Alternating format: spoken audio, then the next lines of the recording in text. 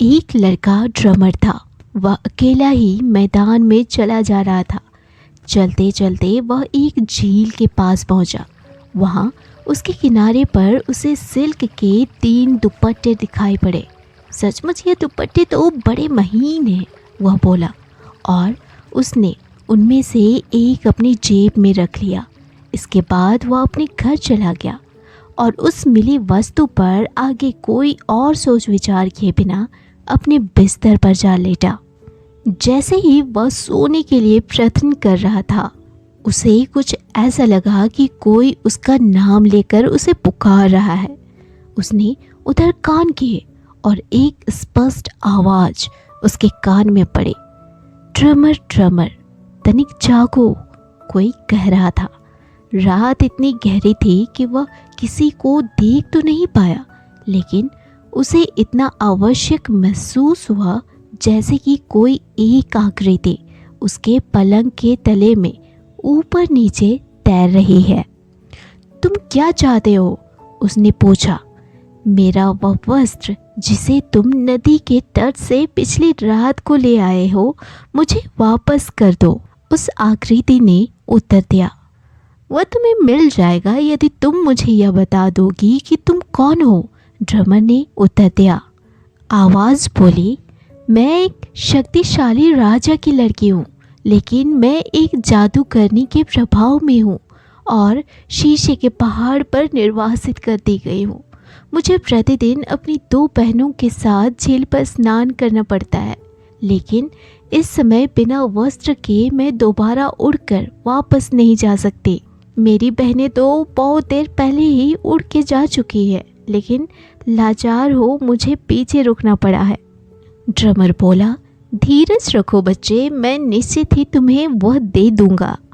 वह अंदर गया, अपनी जेब से दुपट्टे निकाला और उसे दे दिया। उसने उसे एक उतावली से अपने कब्जे में किया और चलने के लिए मुड़े। तनिक ठहरो, वह बोला, शायद मैं तुम्हारी कुछ सहायता कर सकता हूँ। आकृति ने जवाब दिया, तुम मेरी सहायता केवल शीशे के पहाड़ पर चढ़कर तथा मुझे जादूगरनी के चंगुल से छुड़ा कर ही कर सकते हो, लेकिन संभवतः यह तुम्हारे बस की बात ना हो। यदि किसी प्रकार तुम पहाड़ के बिल्कुल निकट पहुंच भी गए तो उस पर चढ़ नहीं पाओगे। ड्रमर बोला, जहाँ चाह वहाँ राह, मुझे तुमसे सहानुभूति है और मैं किसी बात से नहीं डरता। मुझे बस शीशे के पहाड़ का रास्ता नहीं मालूम। उस आकृति ने जवाब दिया, उसका रास्ता उस जंगल के बीच से होकर जाता है जो नरभक्षियों से बसा हुआ है। मैं तुम्हें बस इतना ही बता सकती हूँ। और इसके बाद ड्रमर ने उसे फड़फड़ाकर उड़कर जाते सुना। सुबह होते ही ड्रमर उठा।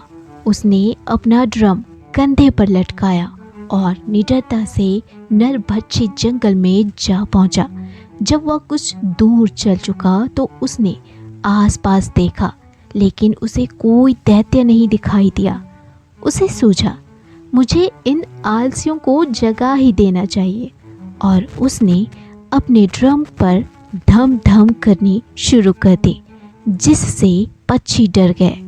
कुछ मिनटों बाद एक दैत्य जो पास में लेटा हुआ था अपनी विशाल आकृति में सीधा उठने लगा और देवदार के पेड़ जितनी लंबाई में खड़ा हो गया। बदमाश, वह चिल्लाया, तूने अपना ढोल पीट पीट कर मुझे कच्ची नींद से क्यों जगा दिया? ड्रमर बोला, मैं ड्रम इसलिए बजा रहा हूँ ताकि मेरे पीछे पीछे जो 1000 आदमी आ रहे हैं उनको यह रास्ता मालूम हो जाए। मेरे इस जंगल में भला वे क्या कर रहे हैं? दैत्य ने पूछा। ड्रमर बोला, बस उनका एक ही इरादा है कि वे तुम्हें मार डाले और इस जंगल के तुम जैसे राक्षसों से एकदम साफ कर दे। हैं? क्या सचमुच? दैत्य बोला, मैं उनको चींटियों की तरह कुचलकर मार डालूंगा। ताना मारता हुआ ड्रमर बोला, तुम्हारा ख्याल है कि तुम उन्हें पकड़ लोगे? अगर तुम किसी एक को भी उठाने के लिए रुके तो वह तीर की तरह निकल जाएगा और अपने आप को कहीं छिपा लेगा। और अगर तुम सोने के लिए लेटे तो झाड़ियों से रेंग कर सैकड़ों बाहर निकल जाएंगे और तुम्हारे बदन पर चढ़ जाएंगे। और चूंकि वे लोहे के हथौड़ों से लैस हैं, इसलिए तुम्हारी खोपड़ी पर बजाने का वे अपना छोटा सा काम आनन फानन में निपटा देंगे। दैत्य उदास हो गया और सोचने लगा, इस मक्कार जाति से निपटना एक टेढ़ी खीर है। भेड़ियों और रीछों से निपटना तो मेरे बाएं हाथ का खेल है, लेकिन इन केंचुओं के सामने मेरी खोपड़ी खराब हो जाती है। वह जरा जोर से बोला, नन्हे मुन्ने देखो, यदि तुम इसी समय चले जाओगे तो मैं वादा करता हूँ कि मैं भविष्य में कभी भी तुम्हें और तुम्हारे साथियों को तंग नहीं करूँगा। इसके अलावा यदि तुम्हारी कोई ऐसी इच्छा हो जिसे मैं पूरी कर सकता हूँ तो वह मुझे बताओ। मेरी पूरी कोशिश रहेगी कि मैं उसे पूरा करूं। ड्रमर बोला, तुम्हारी टांगें लंबी हैं और तुम मुझसे अधिक तेज भाग सकते हो। मुझे शीशे के पहाड़ पर ले चलो और मैं अपने आदमियों को वापस जाने और तुम्हें चैन से रहने देने का संकेत कर दूंगा। दैत्य बोला, यदि ऐसी बात है तो छोटे कीड़े तू मेरी पीठ पर जम कर बैठ जा और तू जहाँ भी जाना चाहेगा तुझे मैं वहाँ ले जाऊंगा। दैत्य ने ड्रमर को उठा लिया, जिसने बस खुशी के मारे अपना ड्रम बजाना शुरू कर दिया। लेकिन दैत्य समझा कि वह दूसरों को वापस जाने का संकेत दे रहा है। कुछ देर बाद एक दूसरा दैत्य राह में खड़ा मिला, जिसने पहले दैत्य से उस ड्रमर को ले लिया। दूसरे दैत्य ने उसे अपने काज में फंसा लिया। ड्रमर उसका बटन, जो कि एक तश्करी के समान बड़ा था, पकड़े रहा। इस दशा में भी वह बड़े जोश में था। इसके बाद वे तीसरे दैत्य के पास पहुंचे, जिसने उसे काज में से निकाला और उसे अपने टोप की बाड़ में रख लिया।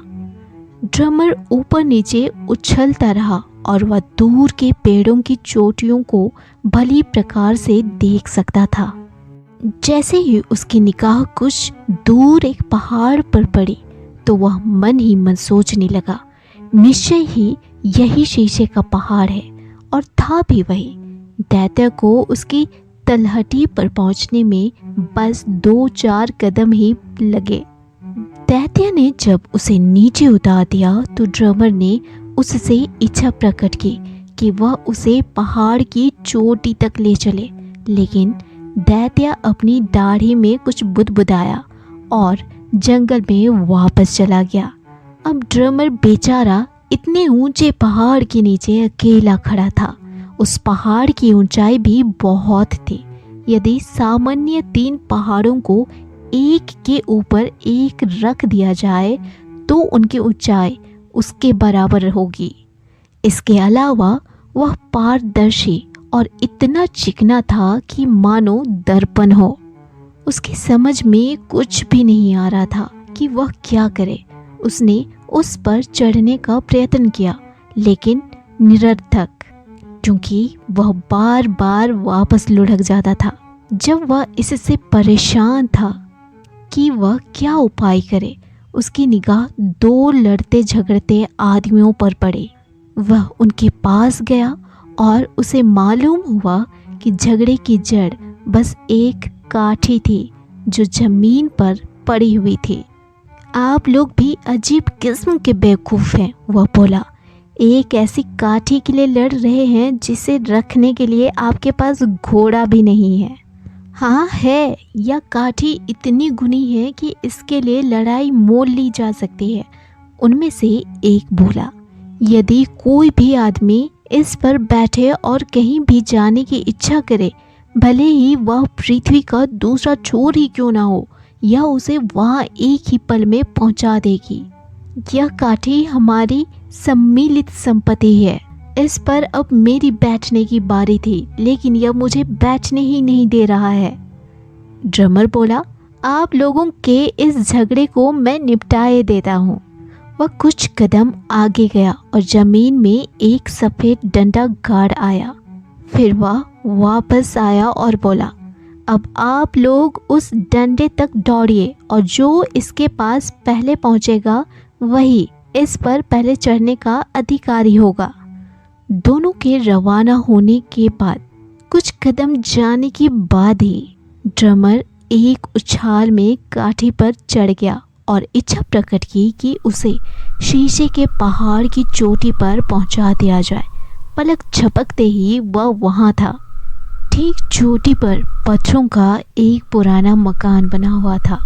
उसके सामने मछलियों का एक तालाब था और उसके नीचे एक घना और अंधेरा जंगल था। उसे वहाँ किसी आदमी या जानवर का कोई चिन्ह दिखाई न दिया। वहाँ पेड़ों की सरसराहट के अलावा सब कुछ शांत था। बादल बिल्कुल उसके सिर पर घुमड़ते से लगते थे। उसने दरवाज़ा खटखटाया, लेकिन जब तक उसने 3 बार नहीं खटखटा लिया तब तक बुढ़िया ने दरवाज़ा नहीं खोला। उसका चेहरा भूरा और आंखें गुलाबी थी। उसकी लंबी नाक पर ऐनक थी। बुढ़िया ने उसे पैनी नज़र से घूरा। इसके बाद उसने उससे काम पूछा और ड्रमर ने बताया कि वह वहाँ ठहरना और खाना चाहता है। बुढ़िया ने उत्तर दिया, यह दोनों चीज़ें तुम्हें बिल्कुल मिल जाएंगी, मगर एक शर्त है कि इसके बदले में तुम्हें कुछ काम करना होगा। मैं तुमसे 3 काम लूँगी। ड्रमर बोला, मैं बिल्कुल तैयार हूँ। मैं कभी भी किसी काम से जी नहीं चुराता। दूसरे, मुझे इस बात की तनिक भी परवाह नहीं कि कोई काम कितना कठिन है। यह सुनकर बुढ़िया ने उसे अंदर जाने की आज्ञा दे दी। उसे ठाठदार खाना खिलाया और एक आरामदायक बिस्तर दिया। दूसरे दिन सुबह उसने अपनी एक निस्तेज उंगली से एक छल्ला उतारा और ड्रमर को देती हुई बोली, लो, इस छल्ले को ले लो और इसकी मदद से तालाब का सारा पानी उलीच डालो। देखना उसमें एक भी बूंद पानी शेष न रहे और यह काम आज रात तक खत्म हो जाना चाहिए। और हाँ, इसके बाद उस तालाब की सारी मछलियाँ उनकी जाति, रंग तथा आकार के हिसाब से किनारे पर तरकीब से लगा देना। यह तो बड़ा अजीब काम है। ड्रमर का सिर घूम गया। वह तालाब पर गया और उसने उसका पानी उलीचना शुरू किया। वह पूरे प्रातः बड़ी मेहनत से काम में जुटा रहा, लेकिन भला छल्ले से इतने विशाल फैले पानी को खाली करने की निरर्थक चेष्टा करने की क्या तुक थी। इस काम में कुछ नहीं तो 1000 साल तो लग ही जाएंगे। दोपहर के भोजन के समय उसने इस काम को एक बकवास समझकर यह कहते हुए छोड़ दिया, मैं काम करूं या ना करूं, एक बात है। इसके बाद घर से बाहर एक कुमारी निकली और उसके सामने खाने से भरी एक टोकरी रख दी। तुम कितने उदास लगते हो, वह बोले, क्या कोई विशेष बात है? उसने उसकी ओर निहारा। उसे वह बड़ी सुंदर लगी। दुर्भाग्य की बात, वह बोला, जब मैं बुढ़िया के 100 पे पहले काम को पूरा नहीं कर सकता तो मैं अन्य 2 काम किस प्रकार पूरा करूँगा। मैं यहाँ राजकुमारी को ढूंढने आया था, लेकिन वो मुझे अभी तक दिखाई नहीं दी। लड़की बोली, तुम यहीं रुको, मैं तुम्हारी सहायता करूँगी। तुम थके हुए हो, तुम अपना सिर मेरी गोदी में रख कर सो जाओ और जब तक तुम सो कर उठोगे सारे काम पूरे हो जाएंगे। ड्रमर इतना मोहित हो गया कि उसे उसकी आज्ञा का पालन करना ही पड़ा। जैसे ही उसकी आंखें मूंदी, लड़की ने एक वशीकरण अंगूठी घुमाई और चिल्लाई, पानी पानी ऊपर आ जा, मछली मछली बाहर आ जा। पानी तुरंत एक धुंध के समान उठा और दूसरे बादलों में मिल गया और मछलियाँ उछल उछल कर किनारे पर आ गई और रंगों और आकार के अनुसार अपने आप व्यवस्थित हो गए। जब ड्रमर जागा तो उसने उस घटना को बड़े आश्चर्य से देखा।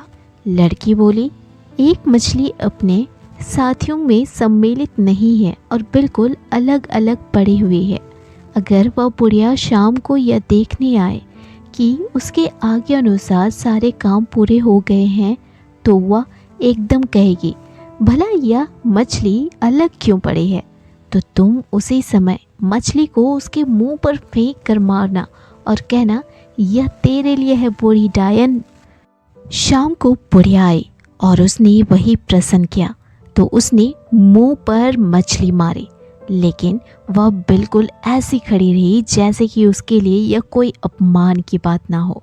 वह कुछ बोली नहीं, बस उसने एक द्वेषपूर्ण भाव से अपनी आंखें मिचकाई।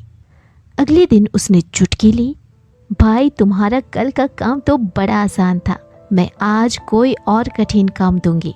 आज तुम्हें सारा जंगल काट डालना है, फिर लकड़ियों को चीर कर उनके चट्टे बनाने हैं और देखना यह सारा काम सूरज छिपने तक पूरा हो जाना चाहिए। उसने उसे एक बड़ी कुल्हाड़ी, एक छोटे कुल्हाड़ी तथा 2 आरियां दी, लेकिन वे सभी चीजें शीशे की बनी हुई थी। उस बेचारे की अकल खराब थी कि क्या करे, लेकिन दोपहर के भोजन के समय उसका खाना लेकर लड़की आई और बोली, तुम अपना सिर मेरी गोदी में रख दो और सो जाओ, और जब तक तुम सो कर उठोगे तो उस समय तक काम पूरा मिलेगा। उसने अपनी उंगली की वशीकरण अंगूठी घुमाई और सारा जंगल बात की बात में एक भयानक चरमराहट के साथ धाराशायी हो गया। ऐसा लगता था कि मानो इसे अदृश्य दैत्य गिरा रहे हो। उसकी नींद खुली और लड़की बोली, देखो सारा जंगल चीर-कट चट्टों में तरकीब से लगा हुआ है, बस एक शाख अलग पड़ी हुई है, और आज रात को जब बुढ़िया आए तब इसे उठा लेना और इससे उस पर प्रहार करना और कहना, यह तेरे लिए है बूढ़ी डायन। रात को बुढ़िया आई, देखा, वह बोली, मैंने तुम्हें कितना हल्का काम दिया था, लेकिन भला वह एक साख अलग पड़ी पड़ी क्या कर रही है? ड्रमर ने उसे उठाया और एक झपट्टे में उसके सिर पर यह कहकर, बुढ़िया चुड़ैल यह तेरे लिए है, दे मारा। लेकिन ऐसा लगा कि उसने इस बात का कोई बुरा नहीं माना, बस चिढ़ाती ही एक हंसी हंस दी। वो बोली, कल तुमको इन सभी चट्टों का एक बड़ा चट्टा बनाना होगा और फिर उसमें आग लगानी होगी। सुबह तुरंत उठने के बाद ड्रमर ने लकड़ियां इकट्ठी करनी शुरू कर दी, लेकिन भला केवल आदमी के बस की यह बात थोड़ी ही थी कि सारे का सारा जंगल इकट्ठा करके रख दे। उसका काम तनिक भी आगे ना बढ़ पाया। हाँ, उसके पक्ष में एक बात यह अच्छी थी कि उस कन्या ने परीक्षा में उसका साथ नहीं छोड़ा। वह उसका खाना लाई और जब वह खा चुका तो उसने अपना सिर गोदी में रख दिया और गहरी नींद में सो गया। जागने पर उसने देखा कि लकड़ी का विशाल चट्टा धूं धूं करके जल रहा है और उसकी लपटें आकाश को छू रही हैं। जरा सुनो, लड़की बोली, जब वह राक्षसनी आएगी तो एक बार फिर तुम्हें धोखा देगी। जो कुछ वह कहे उसे बिना किसी भय के कर देना, ताकि उसे शिकायत का कोई मौका ना मिले। यदि तुम राई भर भी भयभीत हुए तो वह तुम्हें पकड़ लेगी और आग की भट्ठी में झोंक देगी। जब तुम वे सारे काम कर चुको तो उसका अंत करने के लिए उसे पकड़कर इस लपट्टे में फेंक देना। वह लड़की चली गई और इसके तुरंत बाद बूढ़ी औरत आ गई। आग जलाओ, मैं शीत के मारे अकड़ी जा रही हूँ, वह चिल्लाई। लेकिन ठीक है, वह सुहाती आग मेरी जर्जर हड्डियों को गर्म कर देगी। लेकिन जरा देखना कि लकड़ी का वह बोटा नहीं जल रहा, बस तनिक उसे निकाल लाओ। अगर तुमने बस इतना और कर दिया तो फिर तुम कहीं भी घूमने फिरने के लिए स्वतंत्र हो, इसलिए हंसी खुशी इसमें कूद पड़ो। ड्रमर एक क्षण के लिए भी न टिका और आग की लपटों में कूद गया। उनसे उसका एक रोया तक नहीं झुलसा। वह उस लट्ठे को घसीट लाया और उसे नीचे रख दिया। वह धरती पर बस मुश्किल ही से लग पाया होगा कि वह उस कुमारी के रूप में, जिसने उसकी हर कठिनाइयों में और कदम कदम पर सहायता की थी, बदल गया। और जो सुनहरा वस्त्र वह पहने हुई थी, उससे वह पहचान गया कि वह राजकुमारी थे। बुढ़िया एक ठहाके के साथ हंसे। तुम समझते हो कि तुमने इसे पा लिया है, लेकिन मैं बताए देती हूँ कि यह अभी तुम्हारी नहीं हुई है। वह उस लड़की को ले जाने के लिए, पकड़ने के लिए बस दौड़ने ही वाली थी कि उसी समय ड्रमर ने उस बुढ़िया को अपने दोनों हाथों से कस कर पकड़ लिया और आग के हवाले कर दिया। तत्पश्चात राजकुमारी ने ड्रमर की आंखों में आंखें डालकर देखा और इस बात को ध्यान में रखते हुए कि वह नवयुवक सचमुच सुंदर है और उसने उसके लिए अपने प्राणों की बाजी लगा दी। उसने उसका हाथ थाम लिया और बोली, आपने मेरे लिए कोई कोर कसर नहीं छोड़ी। मैं अपने सच्चे प्यार का वचन देती हूँ कि मैं आपसे विवाह रचाऊंगी। उसे वह घर के अंदर ले गई और उसे वे विशाल तिजोरियाँ और अलमारियाँ दिखाईं, जिनमें अकथनीय व धन भरा पड़ा था, जिसे उस बुढ़िया ने अपने जीवन भर इकट्ठा किया था। उन्होंने समस्त सोना और चांदी वहीं छोड़ दिया और बहुमूल्य रत्न अपने साथ रख लिए, क्योंकि वे उस शीशे के पहाड़ पर अब और अधिक नहीं ठहरना चाहते थे। अतः वह उससे बोली, बस मैंने अपनी वशीकरण अंगूठी घुमाई नहीं कि हम वहाँ पहुँचे नहीं। ड्रमर बोला, ठीक है, चलो हम अपने नगर के द्वार पर चलते हैं। एक पल में वे वहाँ थे। इसके बाद ड्रमर बोला, सबसे पहले मैं अपने माता पिता के पास जाऊंगा और उन्हें यह समाचार दूंगा। तुम वहाँ मैदान में मेरी प्रतीक्षा करना। बस मैं गया और आया। राजकुमारी चिल्लाई, मैं आपसे सावधान रहने की विनय करती हूँ। किसी भी दशा में आप अपने माता पिता के दाएं गालों को मत चूमना, अन्यथा आप सब कुछ भूल जाएंगे। ड्रमर बोला, कैसी बातें करती हो? भला यह कैसे संभव है कि मैं तुम्हें भूल जाऊं? उसने विश्वास दिलाया और उसने अपना सीधा हाथ आगे बढ़ा दिया और वादा किया कि वह तुरंत लौट आएगा। जब वह अपने पुराने घर में घुसा तो उसे कोई भी न पहचान सका। वह इतना बदल गया था कि मानो उसने पहाड़ पर 3 दिन नहीं बल्कि 3 वर्ष बिताए हों। फिर उसने अपने आप को उजागर किया कि वह कौन है। यह जानकर उसके माता पिता फूले न समाए और वे उसके कंधों पर गिर पड़े और वह इतना भाव विह्वल हो गया कि उसने लड़की के लगाए प्रतिबंध को भुलाकर अपने माता पिता के दाएं गाल चूम लिए। बस गालों का चूमना था कि राजकुमारी की सारी स्मृति उसके मस्तिष्क से जाती रही। उसने अपनी जेबें खाली की और भर मुट्ठी मोती और हीरे मेज पर रख दिए। माता पिता भी सकते में आ गए कि वह इतनी दौलत का क्या करेंगे। आखिरकार पिताजी ने एक ऐसी भव्य महल का निर्माण कराया जो बागों, मैदानों तथा जंगलों से घिरी हुई थी और एक राजकुमार के निवास के लिए शोभायमान भी थी। और जब वह बनकर तैयार हो गई तो माँ ने ड्रमर से कहा, मैंने तेरे लिए एक दुल्हन तलाश कर ली है और हमने विवाह की लगन भी इसी सप्ताह में रखने का निश्चय किया है। लड़के ने अपनी सहमति व्यक्त कर दी।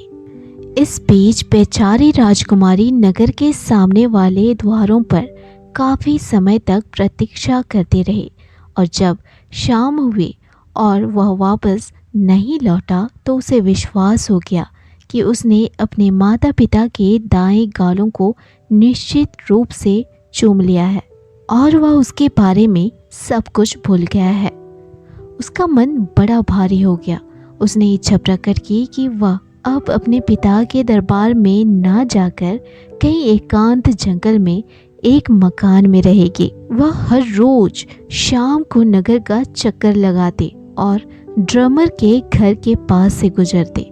कई बार नवयुवक ने उसे देखा तो सही, लेकिन वह उसे एक बार फिर पहचान न सका।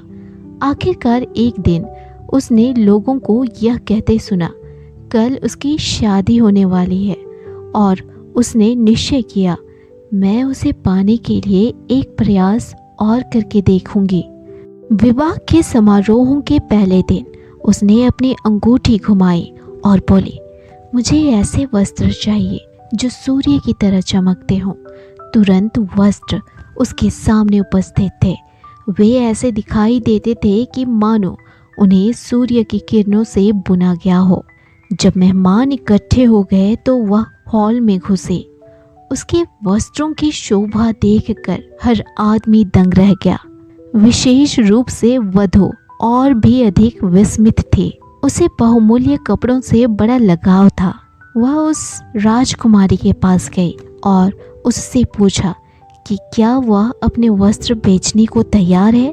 राजकुमारी बोली, पैसे के लिए नहीं, पर हाँ, एक शर्त है कि यदि मुझे सारी रात उस कमरे के दरवाजे के पास जहाँ की वर सोने वाला है ठहरने की अनुमति मिल जाए तो यह वस्त्र मैं खुशी खुशी दे दूंगी। वधू उस सौदे का विरोध न कर सकी और इस व्यवस्था पर सहमति प्रकट कर दी, लेकिन इससे पहले उसने वर को शराब में नींद की दवा मिला दी और वह गहरी नींद में सोया हुआ था। जब घर में सब कुछ शांत था तो राजकुमारी एक सहज भाव से शयन कक्ष के दरवाजे पर झुकी, उसे तनिक खोला और कहने लगी, ड्रमर ड्रमर, मेरी सुनो, क्या तुम मेरे साथ पहाड़ की चोटी पर नहीं बैठे? क्या मैंने तुम्हें जादूगरनी के छल कपटों से नहीं बचाया? क्या तुमने एक मुस्कान के साथ वचन नहीं दिया, ड्रमर ड्रमर मेरी सुनो? लेकिन सब निष्फल हुआ। ड्रमर जागा नहीं और जब भोर हुई तो राजकुमारी लाचार होकर अपनी असफलता स्वीकार करके चली गई। अगली शाम को उसने अपनी अंगूठी घुमाई और बोली, मैं चंद्रमा जैसे चांदी के कपड़े चाहती हूँ।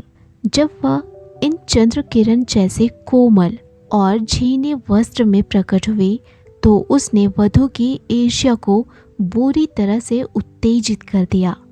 उसने उस वस्त्र को भेंट के रूप में स्वीकार कर लिया और बदले में वस्त्र की मालकिन को एक रात वर के द्वार पर व्यतीत करने की आज्ञा दे दी।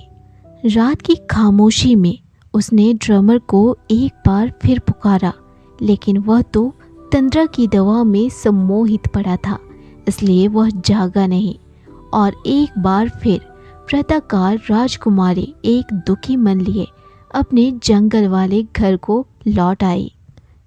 लेकिन घर के कुछ नौकर उस अजनबी लड़की के शोचनीय दशा के बारे में सुन चुके थे और उन्होंने उसके बारे में वर से चर्चा की। उन्होंने उसे बताया कि यदि उसके रात वाले प्याले में नींद की दवा न मिलाई गई होती तो वह उस लड़की की बात अवश्य सुन लेता।